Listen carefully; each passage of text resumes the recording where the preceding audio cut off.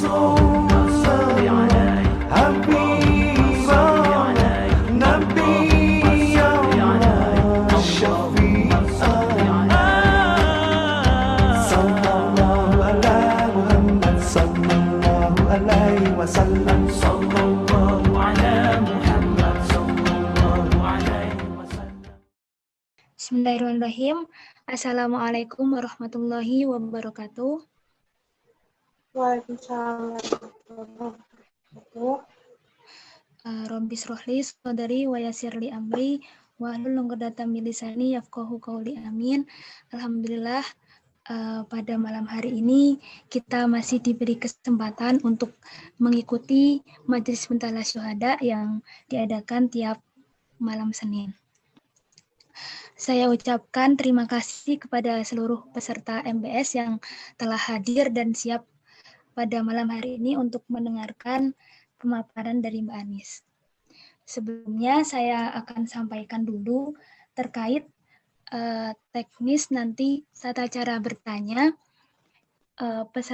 Bagi peserta yang ingin bertanya bisa menuliskan pertanyaannya lewat chat atau boleh bertanya langsung dengan raise hand terlebih dahulu. Nah, pada malam hari ini kita akan membahas tentang Pancasila sebagai resolusi konflik. Kita tahu dan sering menyaksikan penyalahgunaan Pancasila. Ada beberapa golongan yang ingin mencoba menafsirkan Pancasila sesuai keinginan dan kepentingan mereka. Bahkan Pancasila menjadi alat untuk menyerang golongan lain. Padahal para pendiri bangsa telah mewariskan Pancasila sebagai ideologi bersama yang bukan hanya hafalan dan pelajaran yang sering kita pelajari di sekolah dulu, tetapi sebagai nilai-nilai kewarganegaraan.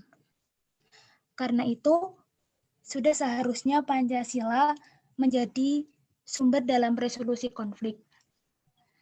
Nah, pada malam hari ini kita akan mendengarkan lebih lanjut tentang Pancasila sebagai resolusi konflik yang akan disampaikan oleh Mbak Anis Maryuni Ardi MSI. Beliau adalah Ketua Bidang Perempuan Pengurus Pusat kami. Kepada Mbak Anis, waktu saya persilahkan. Saya share dulu Mbak sebentar.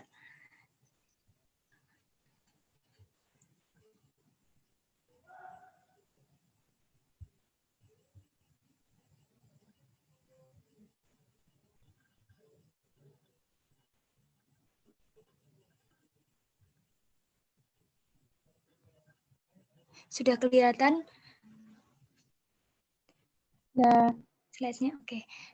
Monggo Mbak, bisa dimulai. Baik, teman-teman, terima kasih. Assalamualaikum warahmatullahi wabarakatuh. Waalaikumsalam warahmatullahi wabarakatuh. Nah, sebelumnya saya ucapkan terima kasih ya kepada moderator yang hari ini sudah menemani kita bersama dalam diskusi bersama Yayasan Bentala Tamadun Nusantara. Yang terhormat guru saya, Mas Ismail Alam, yang sudah mengundang saya untuk berbagi ya tentang Pancasila sebagai resolusi konflik. Ini sebenarnya adalah tesis saya waktu S2, jadi saya lulus tesis itu tahun 2017. Jadi cukup lama ya untuk merecall ingatan ulang tentang Pancasila sebagai resolusi konflik. Tapi alhamdulillah Mas Alam percaya kepada saya untuk belajar bareng lagi dengan teman-teman membahas tentang Pancasila sebagai resolusi konflik. Tepat seperti apa yang dikatakan moderator tadi, bahwa Pancasila sebagai resolusi konflik itu seperti hal yang tidak biasa untuk kita lakukan atau kita rasakan, karena pada hari ini justru Pancasila itu ditetapkan sebagai sebuah sumber konflik ya. Kalau nanti kita lihat berbagai macam penerapan Pancasila dalam konteks kekuasaan maupun sosial budaya ternyata mengandung berbagai persoalan yang akhirnya berpolemik di masyarakat.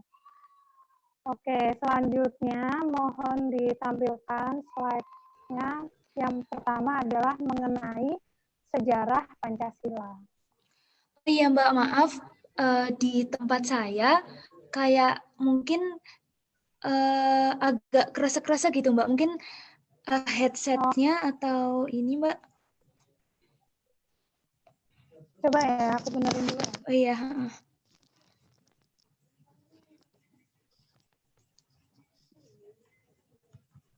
Nah, ini masih kerasa-kerasa nggak? Enggak, udah jelas. Udah jelas ya. Jadi bisa kita mulai ya, insya Allah ya.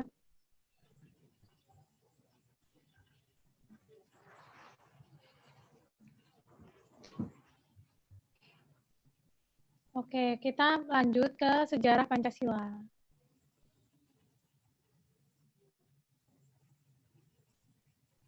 Nah, selanjutnya, next. Kenapa pembahasan kita ini bermula pada sejarah Pancasila? Karena saya ingin menggali ingatan bersama bahwa Pancasila ini merupakan sebuah gentleman agreement ya, yang dimusyawarahkan oleh seluruh pemuda-pemuda yang mempunyai spiritual maupun intelektual yang mumpuni, yang berkumpul dalam sebuah organisasi yang namanya Dokuritsu Junbi Chosakai, atau Badan Penyelidik Usaha Persiapan Kemerdekaan Indonesia.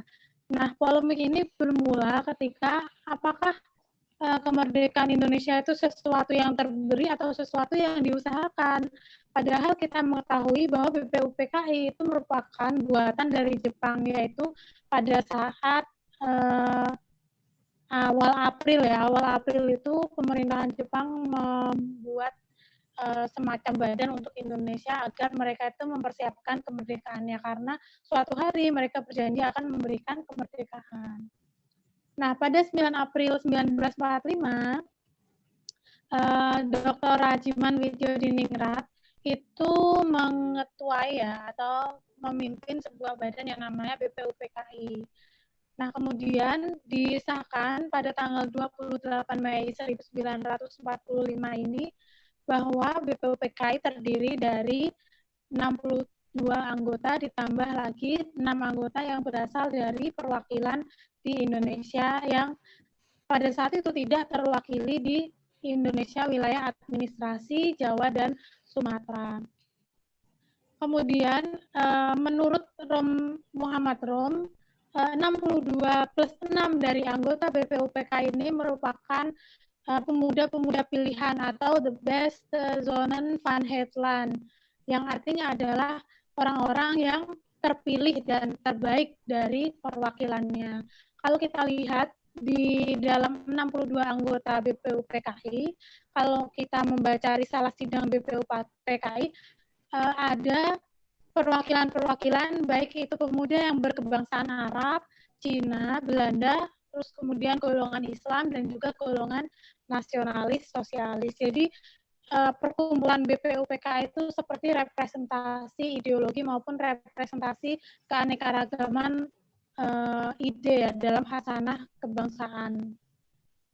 Nah, kemudian pada sidang BPUPKI itu terdiri dari 3 hari ya, yaitu tanggal 29 Mei 45 sampai 1 Juni 1945. Dan akhirnya yang berhasil diingat pada ingatan kita adalah klausul-klausul yang diberikan oleh Muhyiddin, Mohatta, dan juga Soekarno. Nah, kemudian dalam pandangannya, yaitu arti kata Pancasila ini terdapat pada pidato Soekarno ya, pada tanggal 1 Juni. Beliau mengatakan bahwa sesungguhnya dasar negara kita itu merupakan sebuah Weltanschauung dan filosofis agreement atau pandangan-pandangan falsafah hidup masyarakat Indonesia. Pada saat itu Soekarno percaya bahwa Pancasila itu merupakan sebuah nilai yang digali dalam masyarakat, bukan dari isme-isme yang berasal dari Barat maupun dari negara lain. Maka dari itu mereka percaya di dalam sidang ini Pancasila merupakan hasil dari pandangan hidup masyarakat umum Indonesia. Selanjutnya,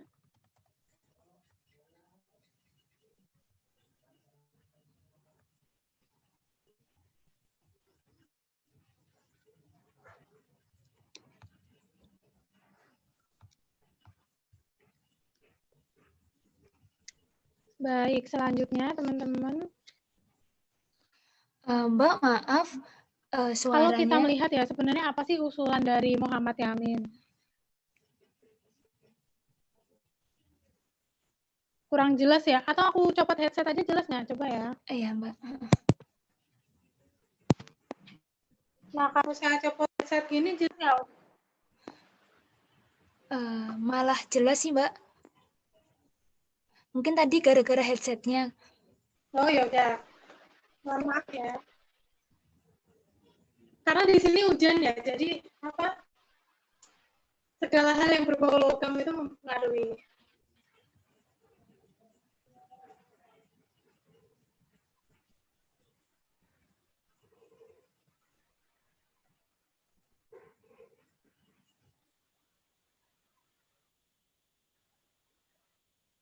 Kita melihat dinamika dan itu kita bahwa di dalam sidang BPUPK itu terdapat berbagai macam distingsi yang membuat perdebatan yang sangat alot itu. Yang pertama adalah soal filosofis konsulat. Kita mengetahui bahwa Soekarno Muda hari ini adalah bentukan dari seorang sosialis Belanda yang namanya Habermas. Beliau mengatakan bahwa kosmopolitan itu lebih penting daripada paham kebangsaan. Maka dari itu, spirit yang dikuatkan oleh Soekarno dalam merumuskan Pancasila itu lebih kepada internasionalisme dan perikemanusiaan. Jadi beliau menganggap bahwa kebangsaan itu adalah sebuah perspektif yang sangat sempit dalam menilai Indonesia merdeka pada hari itu. Kemudian dalam filosofi selat ini, Soekarno melihat pendekatan yang mereka lakukan itu adalah pendekatan yang sifatnya itu pendekatan ideologi ya. Kalau Soekarno melihat Hitler itu mempunyai spirit ideologi fasis. Kemudian Lenin itu Marxisme historis materialis. Kemudian Marx itu Marxis dan juga beberapa pemimpin negara lain yang mempunyai ideologi yang sangat otentik gitu. Maka dari itu Soekarno menganggap bahwa Pancasila itu lekat dengan spirit internasionalisme atau perikemanusiaan. Nah, pada gilirannya ketika Pak panitia BPUPK ini menjadi panitia yang lebih kecil, yaitu sekitar 26 orang, itu membentuk sebuah piagam Jakarta atau Jakarta Charter. Nah, Jakarta Charter ini isinya adalah ketuhanan yang Maha Esa dengan ada 7 kata ya, dengan kewajiban menjalankan syariat Islam bagi pemeluk-pemeluknya. Nah, panitia 9 atau panitia PPKI yang pada saat itu terdiri dari berbagai macam golongan itu tidak menyetujui ya adanya 7 kata itu, karena yang pertama 7 kata itu akan membuat kebangsaan kita menjadi kebangsaan yang sangat agamis karena sangat kental dengan nuansa religiusitas umat Islam.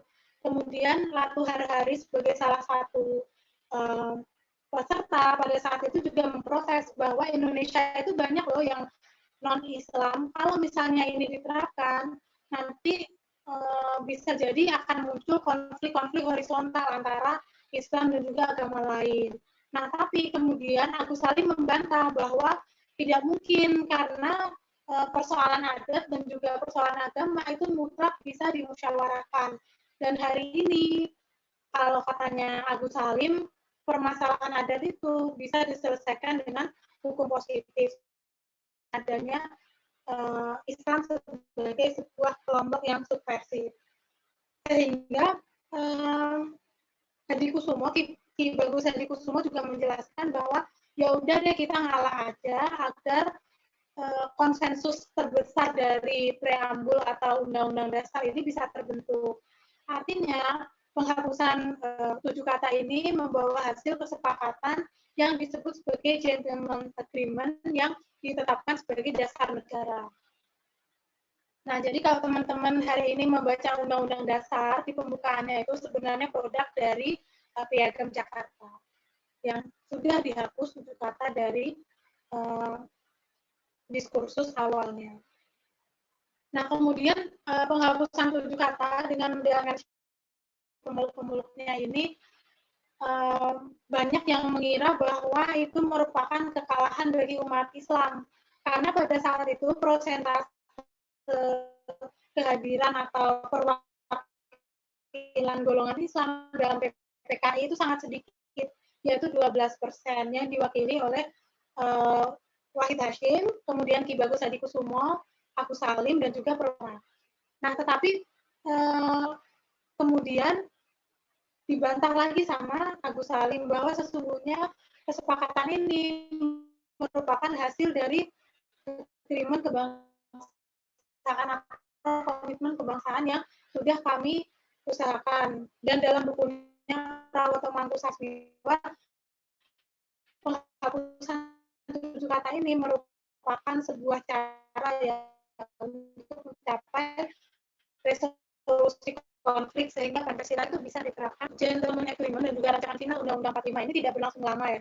Jadi ketika PBB itu sudah mulai mensosialisasikan human rights sebagai sebuah landasan dalam menjalankan perundang-undangan atau menjalankan pemerintahan, itu kemudian Soekarno membuat Undang-Undang Dasar sementara ya, yang di dalamnya dari mulai pasal 7 sampai pasal 33 itu terdapat poin-poin tentang human rights atau hak-hak yang harus diapresiasi pemerintah terhadap rakyatnya.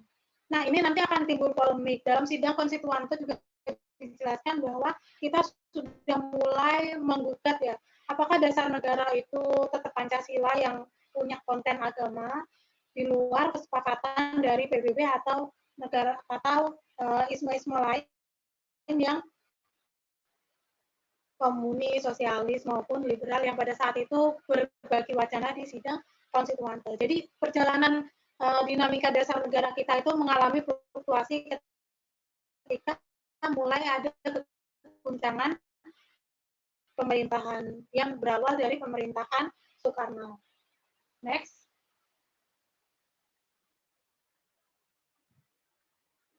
Nah, selanjutnya kita coba bahas tentang pandangan berbagai tokoh tentang Pancasila. Slide-nya minta tolong ditampilkan ya. Nah, ini saya mengutip beberapa pandangan dari tokoh tentang Pancasila, karena hari ini Pancasila itu ditafsirkan dengan cara yang sebebas-bebasnya. Jadi penafsiran terhadap Pancasila itu sangat tergantung dengan rezim, sangat tergantung dengan Ansyawang atau zaman, sehingga kita kehilangan akar, atau kalau Hamka jelaskan itu kita kehilangan pendefinisian akar tunggal Pancasila itu sendiri. Nah, menurut Haji Agus Salim, Pancasila itu dijiwai oleh sebuah sila yang mendasar ya, yang mempunyai daur metodologis untuk menciptakan sila-sila selanjutnya, yaitu ketuhanan yang Maha Esa sebagai kunci aktivitas bernegara. Jadi dalam buku Ketuhanan yang Maha Esa oleh Haji Agus Salim ini, beliau menjelaskan bahwa ketuhanan yang dimaksud dengan ketuhanan yang Maha Esa di Indonesia itu adalah kami menolak adanya ateisme, kemudian paham agnostik, dan juga Agus Salim juga menjelaskan kami menolak paham trinitas, atau ketika Tuhan itu dipandang sebagai sekelompok orang yang atau sekelompok makhluk yang berbagi peran, yang dalam kondisi hari ini triateisme itu sudah diadopsi oleh salah satu rumpun agama samawi yang ada di dunia.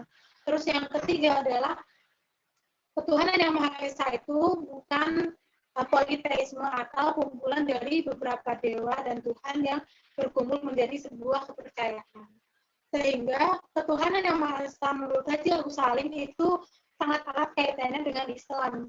Jadi di mana Tuhan itu kita akui sebagai sebuah entitas yang tunggal, entitas yang mengatur mikrokosmik dan makrokosmik, yang di dalamnya itu bisa dalam aktivitas bernegara kita bisa menciptakan hukum turunan dari hukum Tuhan yang berdasarkan Al-Quran dan As-Sunnah yang dikutip dalam surat Al-Maidah, bahwa hukum yang harus dipraktekkan dalam mengatur pemerintahan serta aspek kemanusiaan itu adalah hukum Tuhan. Maka dari itu, kunci ketuhanan yang Maha Esa itu adalah praktek keagamaan dan religiusitas yang baik dalam sebuah negara.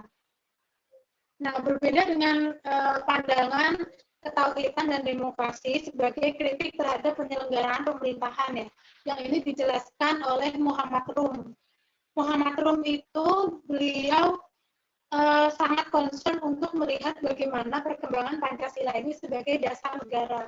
Jadi Muhammad Rum sempat mengkritik Soekarno ya pada saat itu, karena ketauhidan versi Soekarno itu sudah dileburkan dalam sebuah narasi tentang nasionalis, komunis, religiusitas atau agama. Nah, kalau dalam bukunya DBR itu kita melihat ada tulisan Soekarno tentang Nasakom ya. Nasakom ini menjelaskan bahwa komunis, nasionalis, dan agama itu bisa beriringan. Padahal dalam spirit ketauhidan, agama itu tidak bisa dinegosiasikan dengan ideologi-ideologi praktis seperti itu. Karena Islam itu kalau menurut Hargev kan menjelaskan bahwa Islam itu bukan cuma peribadatan, tapi juga peradaban. Artinya beyond ideology. Nah, di sini juga Muhammad Rum mengkritik penyelenggaraan pemerintahan Soekarno. Jadi penyelenggaraan pemerintahan Soekarno itu sangat erat kaitannya dengan demokrasi terpimpin. Jadi beliau itu menganggap bahwa usul dari Pancasila itu merupakan satu-satunya pikiran beliau. Jadi tidak menafikan kontribusi dari pemikiran-pemikiran Ki Bagus Hadikusumo, Wahid Hasyim, kemudian Agus Salim, Mohyamin, Supomo, dan lain sebagainya. Dan jadi Soekarno itu merasa bahwa Pancasila itu ya dari pikiranku gitu. Nah, kemudian yang menjadi kritik juga adalah Soekarno itu membuat sebuah perasan yang membuat sila-sila yang ada 5 itu menjadi sebuah pandangan 3 sila atau 3 poin, yaitu kebebasan dan peri kemanusiaan, sosionasionalis, dan juga keadilan sosial. Jadi ketuhanan yang Maha Esa itu dihilangkan dari aspek-aspek yang sebenarnya tunggal dalam Pancasila. Nah, dan Soekarno itu menurut Muhammad Rum juga sudah memeras dari 3 poin itu menjadi poin yang lebih ringkas lagi, yaitu spirit gotong royong. Jadi gotong royong dianggap oleh Soekarno mewakili sila-sila yang ada dalam Pancasila. Padahal kalau kita lihat gotong royong ini tidak menginkludkan atau tidak menghadirkan ketuhanan yang Maha Esa sebagai spiritualitas masyarakat dan spirit bernegara. Nah, kemudian Buya Hamka ini dalam bukunya Urat Tunggal Pancasila itu menjelaskan bahwa Pancasila itu merupakan sebuah spirit religiusitas ya yang terpancar dalam masyarakat Indonesia. Beliau mengatakan bahwa tidak mungkin kemerdekaan itu bisa diraih hanya karena kita patuh pada spirit atau patuh pada Soekarno dan Hatta. Karena pada saat itu rakyat Aceh, kemudian Diponegoro, Sultan Hasanuddin, dan juga para pahlawan-pahlawan seperti Imam Bonjol, Tengku Ciditilo itu berperang atas nama jihad melawan Belanda. Jadi spirit ketauhidan pada saat itu, itulah yang membuat ketuhanan yang Maha Esa itu menjadi semangat bagi perjuangan kemerdekaan pada saat itu. Terus yang menarik di sini, Buya Hamka juga menggarisbawahi tentang kedaulatan rakyat ya. Jadi kedaulatan rakyat itu dianggap sebagai salah satu klausul yang utama dalam Pancasila, yaitu sila keempat, di mana ada poin kerakyatan yang dipimpin oleh hikmah permusyawaratan perwakilan. Jadi kalau Indonesia itu menganggap bahwa dirinya itu negara agama, itu salah. atau dia menganggap sebagai negara hukum, itu salah. Karena di sini Hamka menjelaskan bahwa kedaulatan satu-satunya yang berada di Indonesia itu adalah kedaulatan rakyat. Jadi dalam proses pemilihan legislatif, presiden, dan lain sebagainya itu melibatkan otoritas rakyat ya. Jadi berbeda dengan spirit Vox Populi Vox Dei yang dulu itu menganggap bahwa suara rakyat adalah suara Tuhan. Kalau Hamka menganggap bahwa suara rakyat itu dititipkan dan diamanatkan kepada anggota legislatif dan juga presiden untuk menjalankan kekhalifahan di dalam menjalankan pemerintahan. Terus kemudian Muhammad Hatta juga mengkritisi tentang praktek bernegara dari I.S. Soekarno karena beliau memang hidup pada zaman pemerintahan Soekarno. Nah, kesalahan generasi kita hari ini adalah menganggap Muhammad Hatta itu sebagai seorang administrator yang mulung sekaligus bapak koperasi ya. Jadi yang lalai dalam spirit kita hari ini adalah ternyata Muhammad Hatta itu juga pakar dalam menjalankan tata usaha kenegaraan. Jadi tata negara itu sesungguhnya diatur oleh Mohatta. Nah, praktek demokrasi Pancasila ini Mohatta menjelaskan bahwa demokrasi terpimpin itu sebenarnya adalah demokrasi yang otoriter. Karena demokrasi ini terpusat pada salah satu persona Soekarno, bukan seperti demokrasi liberal yang masih 50% bersatu. Bukan juga demokrasi kerakyatan yang dipimpin oleh hikmat musyawarah. Jadi di sini yang dikritik adalah Soekarno ini tidak menerapkan spirit demokrasi Pancasila yang isinya itu adalah melembagakan kedaulatan rakyat dalam usaha-usaha untuk menjalankan pemerintahan. Nah, kemudian yang terakhir itu adalah pandangan dari Prawoto Mangkusasmito ya, seorang pionir masyumi.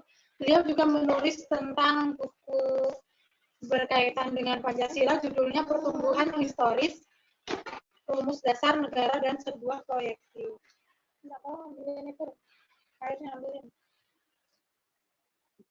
Nah, jadi dari proyeksi yang digambarkan oleh Prawoto Mangkusasmito, beliau mengatakan bahwa ternyata Pancasila itu digunakan bukan sebagai dasar negara, tapi digunakan sebagai alat politik untuk menjalankan sebuah kekuasaannya.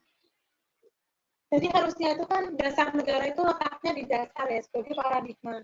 Tapi dalam praktek bernegara kita hari ini ataupun dalam praktek bernegara pada zaman Soekarno dan Soeharto itu, Pancasila dijadikan alat politik. Dijadikan sebagai alat paksaan yang sah untuk mengatur masyarakatnya. Nah, ini yang dikritik oleh Prawoto Mangkusasmito. Kemudian kritik selanjutnya itu adalah Prawoto Mangkusasmito melihat spirit religiositas dalam bernegara itu sangat minimalis sekali. Jadi jauh dari spirit Pancasila pada saat itu. Nah, kita sekarang masuk ke bagaimana Pancasila menuju ke resolusi konflik ya, di slide selanjutnya. Coba teman-teman buka slide selanjutnya.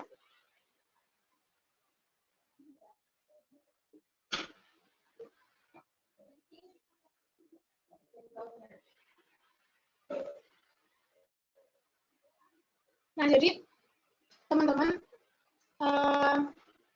terkait dengan tesis saya, itu kan saya mencoba untuk melihat pandangan besar yang pada saat itu terjadi adalah konflik antara agama dan negara.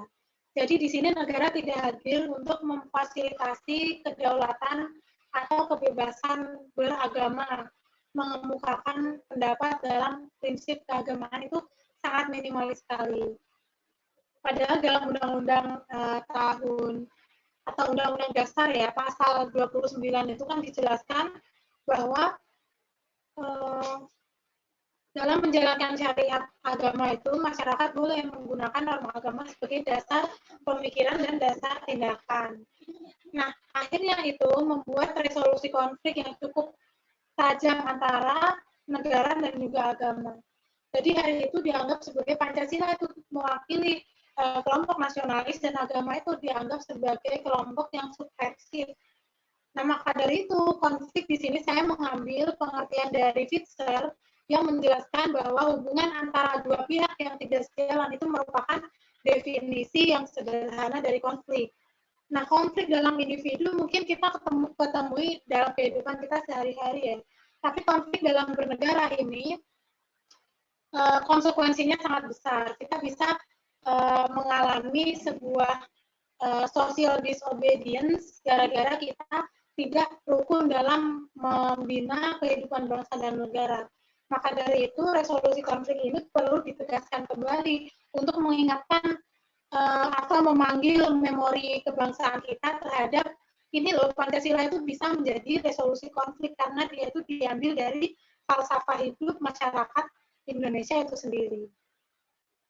Nah, resolusi konflik di sini saya mengambil definisi dari Christie ya. Jadi Christie ini salah satu pionir resolusi konflik yang teorinya itu dipakai dalam resolusi konflik di berbagai negara. Nah, resolusi konflik di sini artinya adalah pencarian solusi atas ketidaksesuaian yang mungkin diwujudkan dalam tingkatan masyarakat yang berbeda. Jadi di sini Christie menjelaskan bahwa subjek atau objek dalam melakukan resolusi konflik itu sangat penting. Nah, di sini kita melihat bahwa Pancasila itu dia berfungsi sebagai objek dan dia juga sebagai subjek.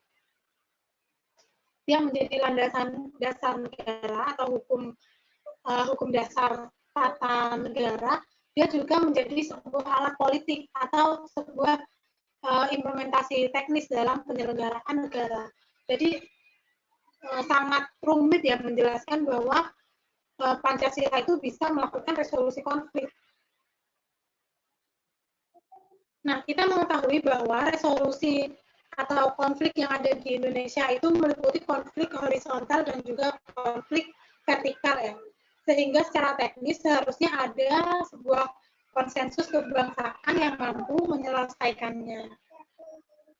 Nah, di sini kenapa konflik horizontal itu menjadi sebuah rumpun konflik yang ada di Indonesia, karena di Indonesia itu kan kita melihat ras, agama, golongan, suku bangsa, bahkan kelompok politik dan juga kelompok identitas serta komunitas itu kan banyak sekali. Bahkan antara subjek agama tersendiri itu mempunyai konflik dengan kelompok-kelompok yang lainnya.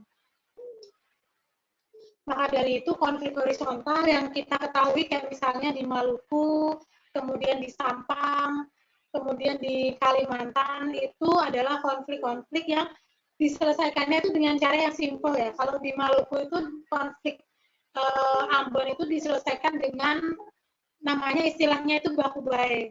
Baku bae itu kayak permainan anak kecil gitu, permainan anak kecil yang menggunakan bedak dingin, kemudian upacara yang itu intinya menyelesaikan konflik suku atau konflik kekerasan yang pada saat itu terjadi. Nah, kemudian untuk konflik vertikal kita melihat ini ada yang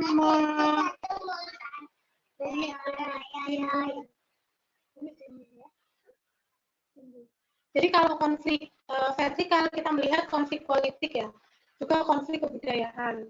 Nah, di Indonesia konflik politik itu juga sangat sering terjadi, baik itu yang sifatnya agresi, yang bernuansa kekerasan, maupun konflik yang dilembagakan dalam pemilu. Nah, jadi seperti itu.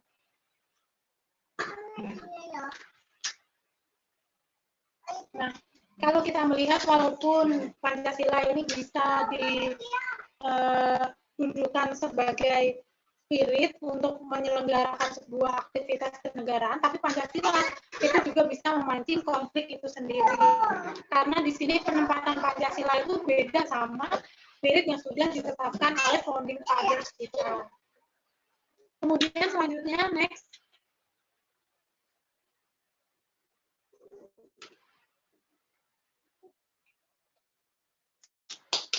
Kita mencoba untuk mengkaji ya tentang permasalahan aktual hari ini yang relevan dengan Pancasila resolusi konflik. Ini lagi misi. Jadi permasalahan aktual di sini saya coba klasifikasikan sesuai dengan aktualitas yang terjadi di sekitar kita. Yang pertama adalah permasalahan politik ya. Kita melihat belakangan di media sosial dan media massa dijelaskan adanya pernyataan dari Puan Maharani yang menjelaskan bahwa Sumatera Barat itu tidak Pancasilais. Kenapa demikian? Karena PDIP itu tidak pernah menang pemilu di Sumatera Barat, gitu, di bumi Minangkabau. Nah, akhirnya pernyataan ini menjadi polemik ya, dan menjadi diskursus tentang bahwa Pancasila kok kembali diklaim oleh golongan tertentu sebagai sebuah kesepakatan yang sifatnya itu kontraktual dalam politik. Gitu. Nah, di sini Puan Maharani dihujat karena pada dasarnya spirit masyarakat Sumatera Barat itu kalau kita representasikan dalam spirit politik itu jauh dari spiritnya PDIP. Gitu.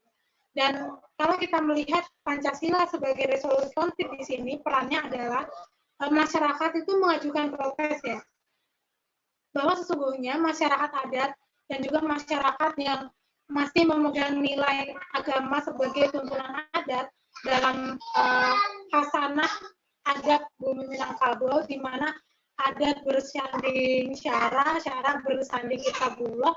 Kita melihat Pancasila itu justru sangat menjiwai peribadatan dan juga tata transkultural masyarakat Minangkabau. Jadi di sini Maharani itu diserang habis-habisan dan masyarakat mulai menunjukkan performa religiusitasnya dalam menanggapi isu-isu atau klaim-klaim kelompok yang menganggap dia itu paling Pancasilais. Nah, kemudian yang kedua itu terkait sama pendidikan.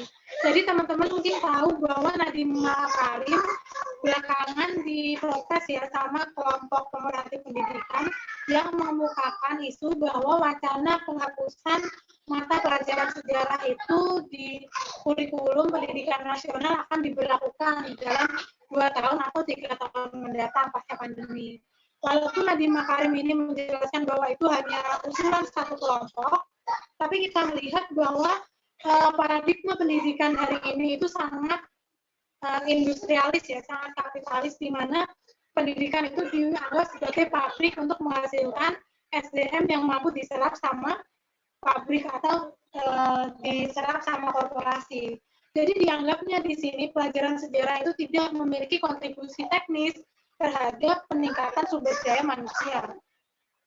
Padahal kalau kita lihat ya filosofi dalam peran sejarah dalam mendidik atau mencerdaskan bangsa Indonesia itu atau dalam bangsa lain juga, itu sejarah memiliki kontribusi yang cukup besar untuk menciptakan karakteristik kebangsaan.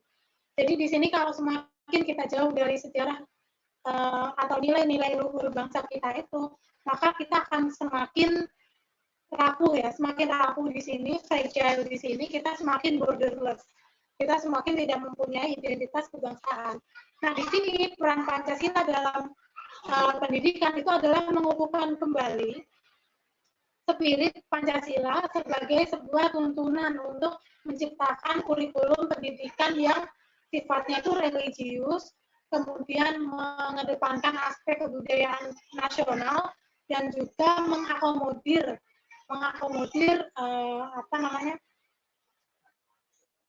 keberagaman yang ada di Indonesia.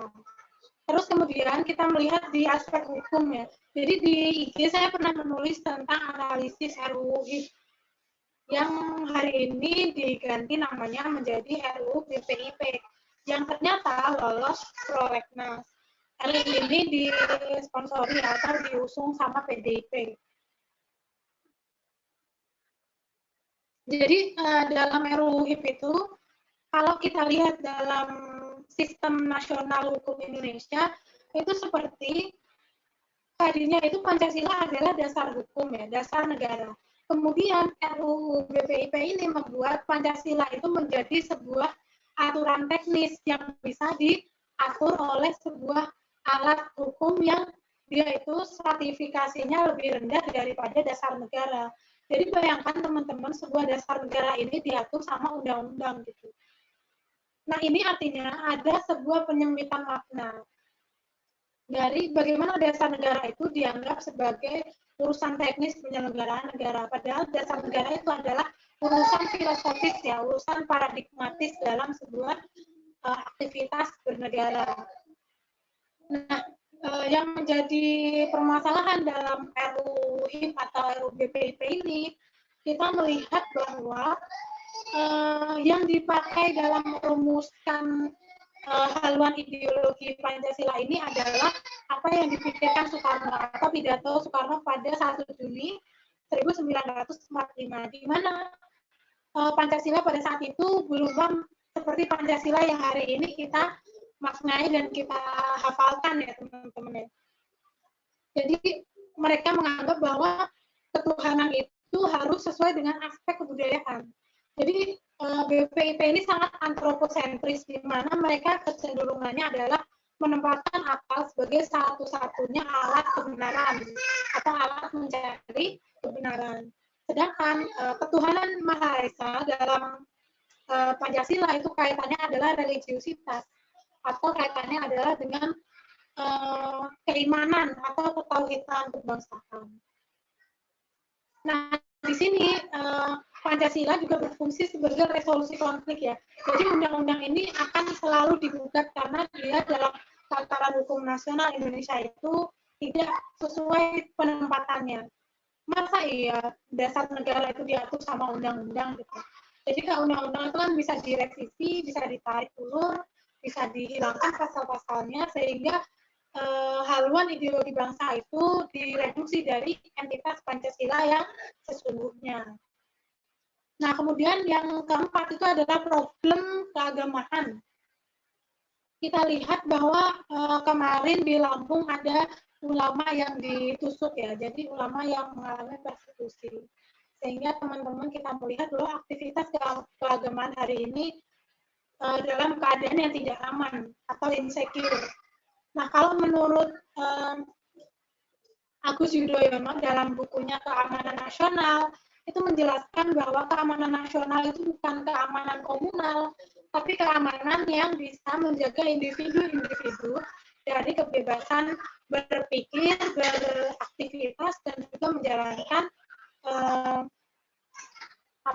kehidupan berbangsa dan bernegara.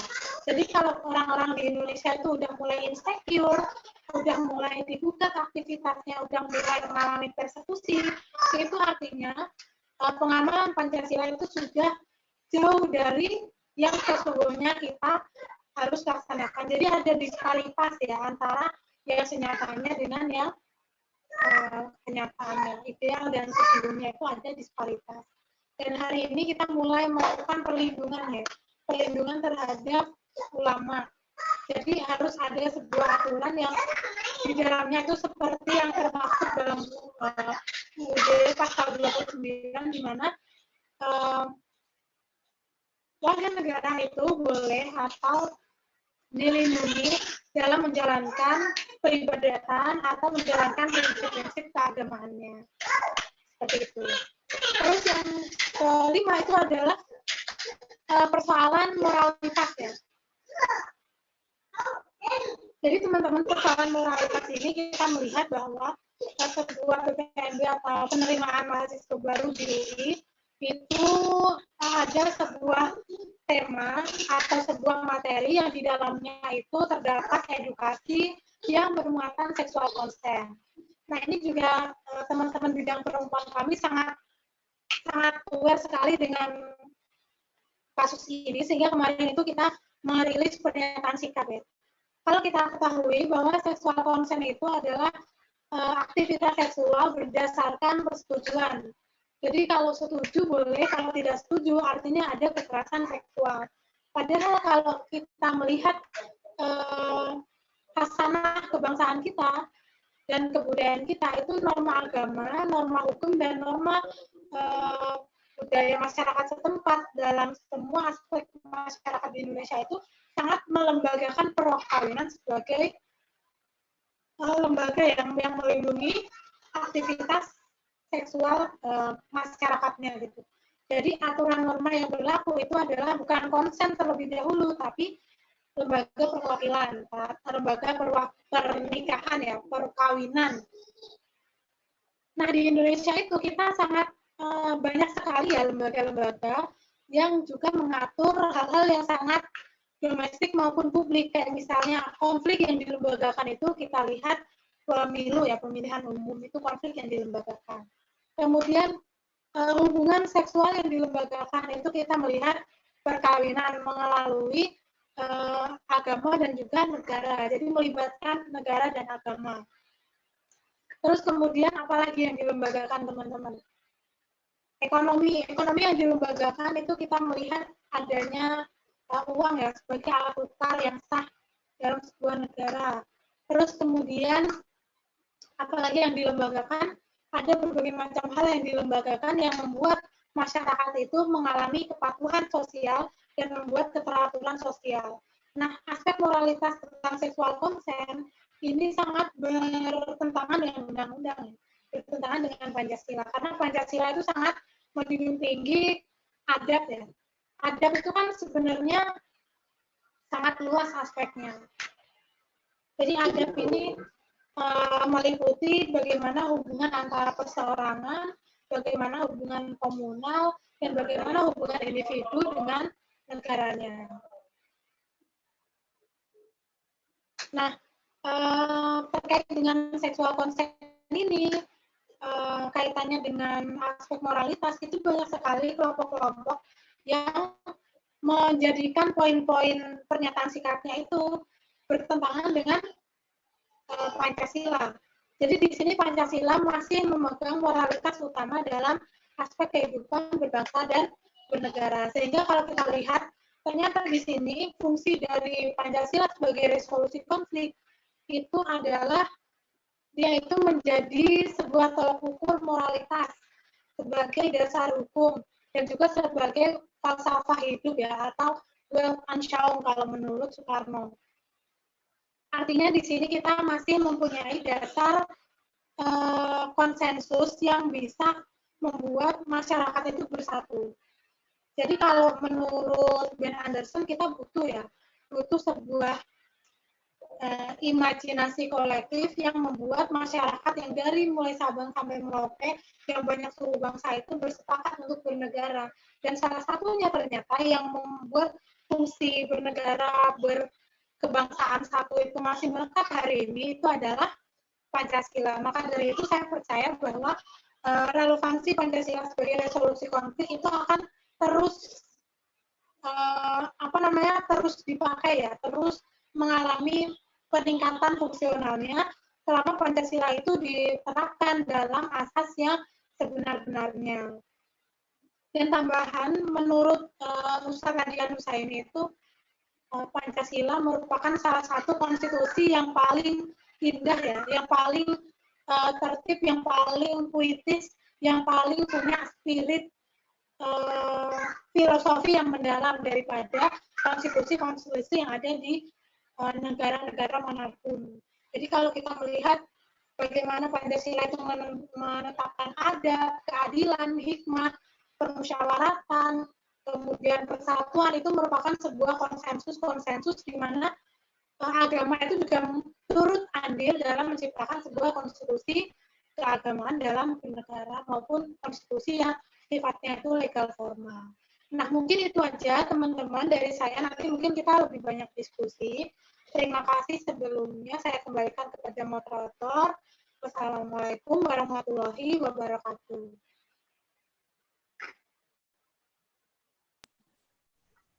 Waalaikumsalam warahmatullahi wabarakatuh. Terima kasih kepada Mbak Anis yang telah memberikan pemaparan materi yang luar biasa pada malam hari ini. Bagi teman-teman peserta MBS yang ingin bertanya, boleh langsung raise hand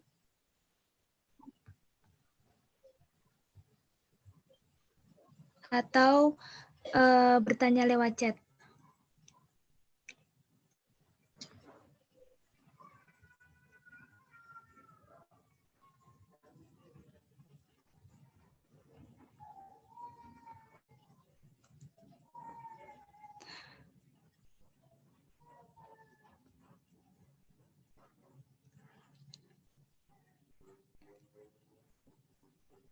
Oh ya, sambil menunggu ada yang bertanya, saya mau bertanya, Mbak, bagaimana menurut Mbak Anis, kan sekarang tuh cukup banyak golongan-golongan yang mengklaim mereka yang paling Pancasialis begitu.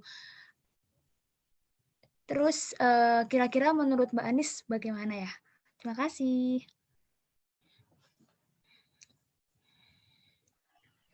Baik, makasih pertanyaannya dari moderator ya. Klaim-klaim dari kelompok atau golongan yang menurut mereka itu mereka lah yang paling Pancasilais.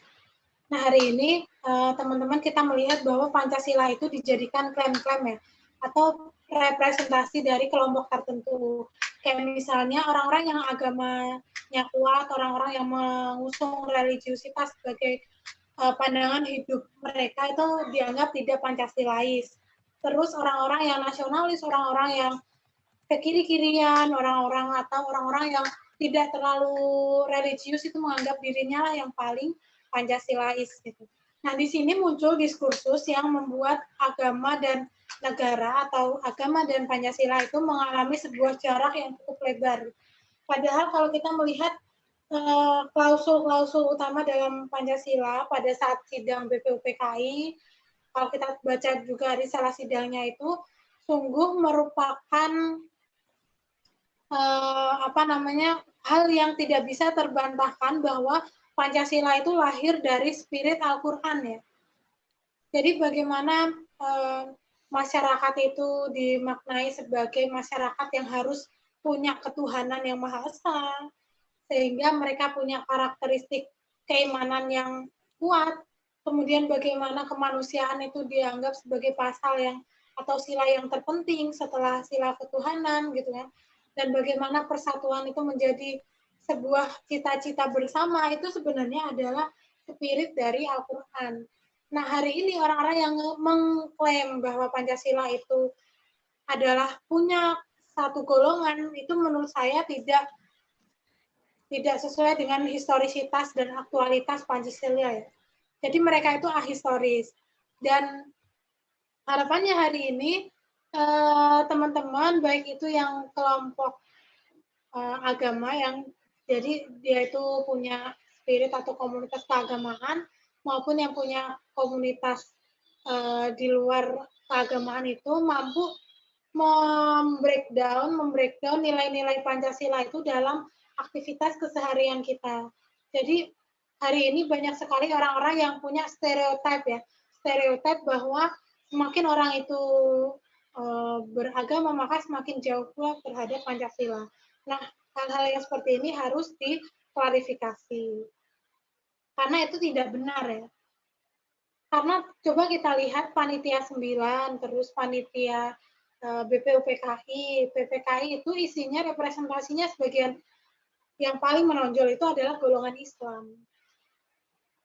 Gitu. Jadi secara faktual, secara historis maupun secara filosofis Islam dan juga Pancasila itu sangat relevan dan Pancasila itu mengumpulkan atau membuat kolektivitas antar golongan umat itu bisa bersatu.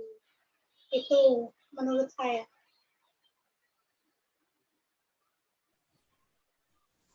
Wah, terima kasih Mbak Anis. Oh ya Mbak, menyambung antara Pancasila dan umat Islam yang relevan tadi, sepertinya yang saya lihat gitu, itu kayak dalam dalam setiap wacana tuh umat Islam yang sering disudutkan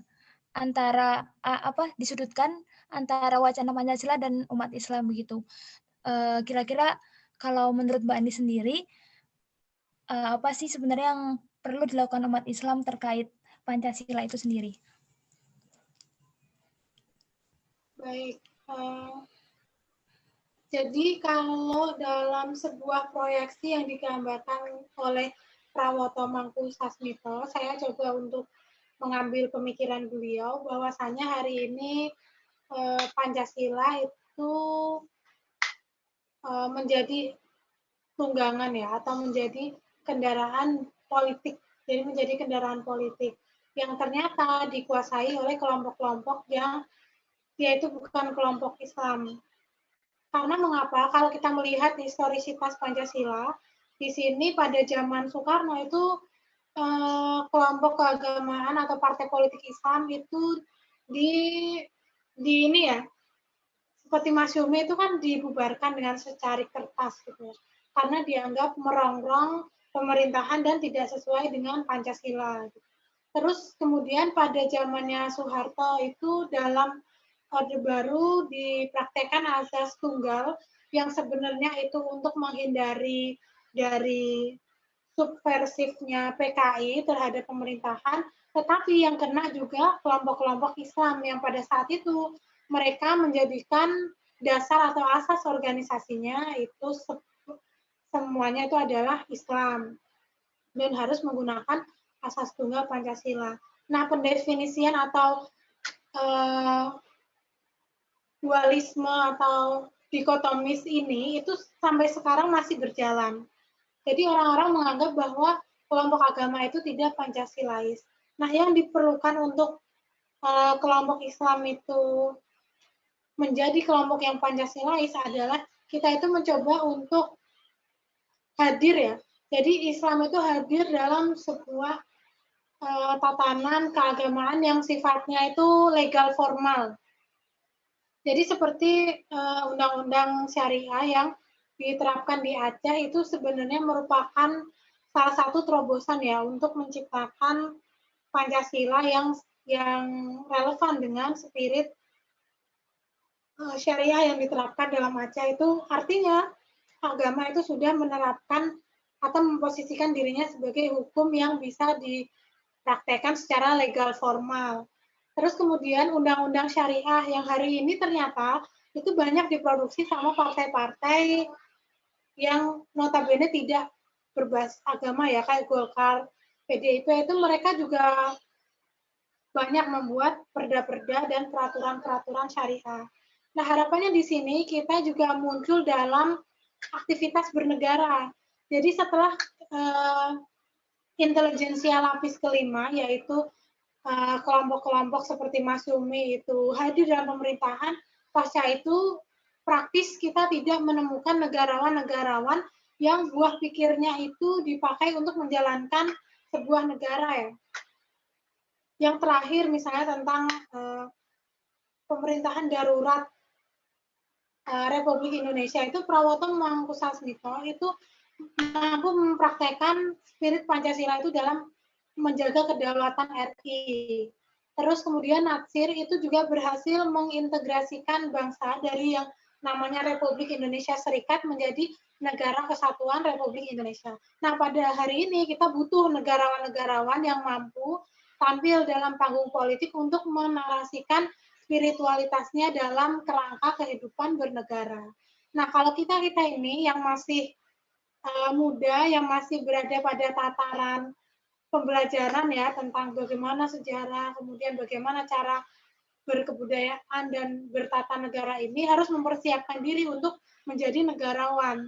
Sehingga suatu saat nanti kita mampu memberikan diskursus yang proporsional antara keimanan yang sifatnya itu religius serta Pancasila yang sifatnya itu legal formal. Mungkin seperti itu kalau menurut saya.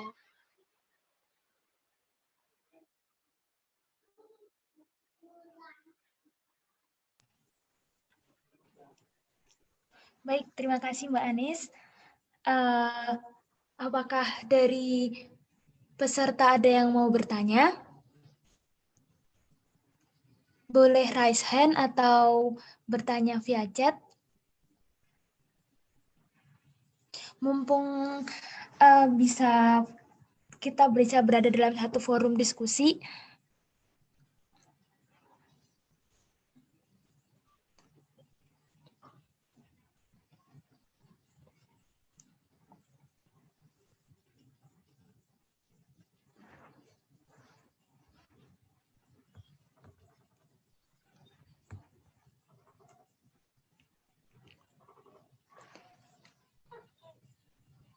oke, sepertinya belum ada yang bertanya ya, dan mungkin sudah dengan pemaparan dari Mbak Anis tadi, peserta sudah merasa cukup dan jelas gitu.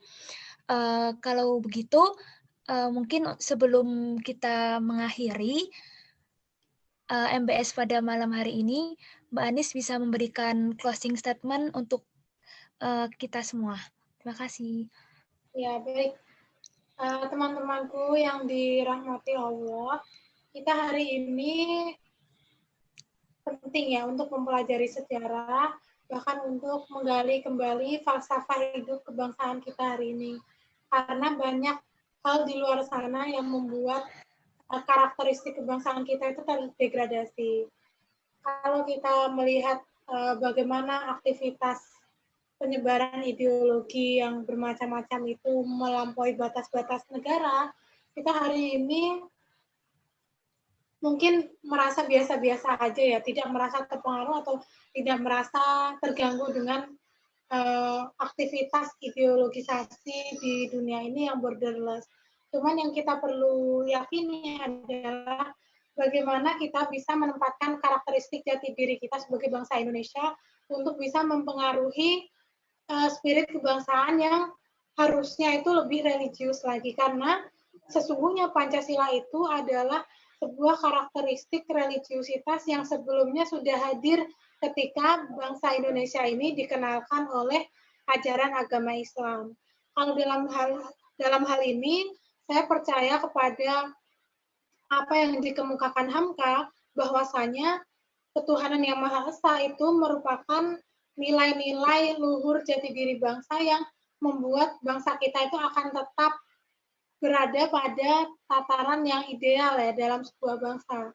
Jadi dia tidak akan mengalami sebuah kerapuhan. Nah, maka dari itu teman-teman coba untuk tetap semangat mempelajari hasanah pemikiran founding fathers kita, mempelajari apa yang mereka sudah lakukan untuk bangsa kita, sehingga kita mempunyai keteladanan ya untuk membuat kita bisa terus semangat menciptakan kehidupan beragama, bernegara, dan bersosial kebudayaan dengan spirit Pancasila. Itu aja, terima kasih. Wassalamualaikum warahmatullahi wabarakatuh. Waalaikumsalam warahmatullahi wabarakatuh. Terima kasih banyak kepada Mbak Anis yang telah memberikan pemaparan materi MBS pada malam hari ini tentang Pancasila sebagai resolusi konflik, yang akhirnya memberikan banyak pelajaran luar biasa untuk kita tidak melupakan sejarah begitu. Baiklah, saya sebagai moderator hari ini izin untuk menutup acara pada malam hari ini. Marilah kita tutup dengan membaca kafaratul majelis bersama-sama.